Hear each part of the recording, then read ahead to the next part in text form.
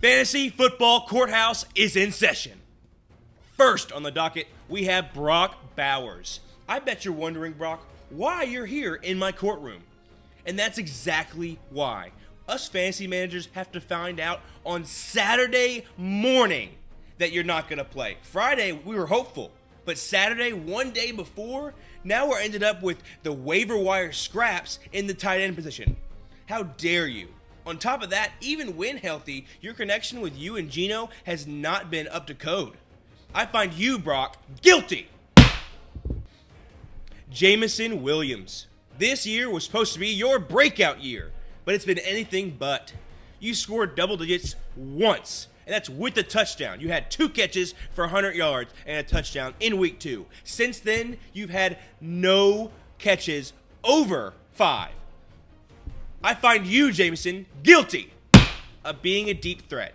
And anybody knows, or any fantasy manager knows, that deep threats do not make good fantasy football players. Get him out of my courtroom. Amari DiMercado.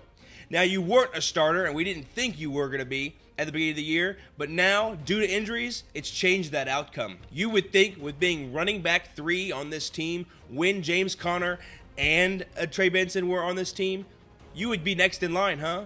Wrong.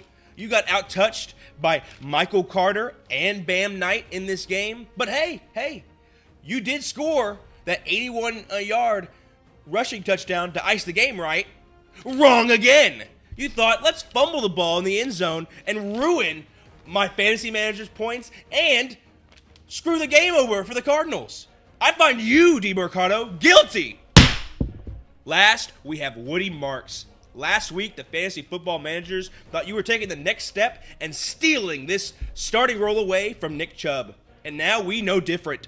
After a 17 rush attempt and a touchdown last week, you followed up with only 7 and 24 rushing yards. Yes, 2.4 fantasy points.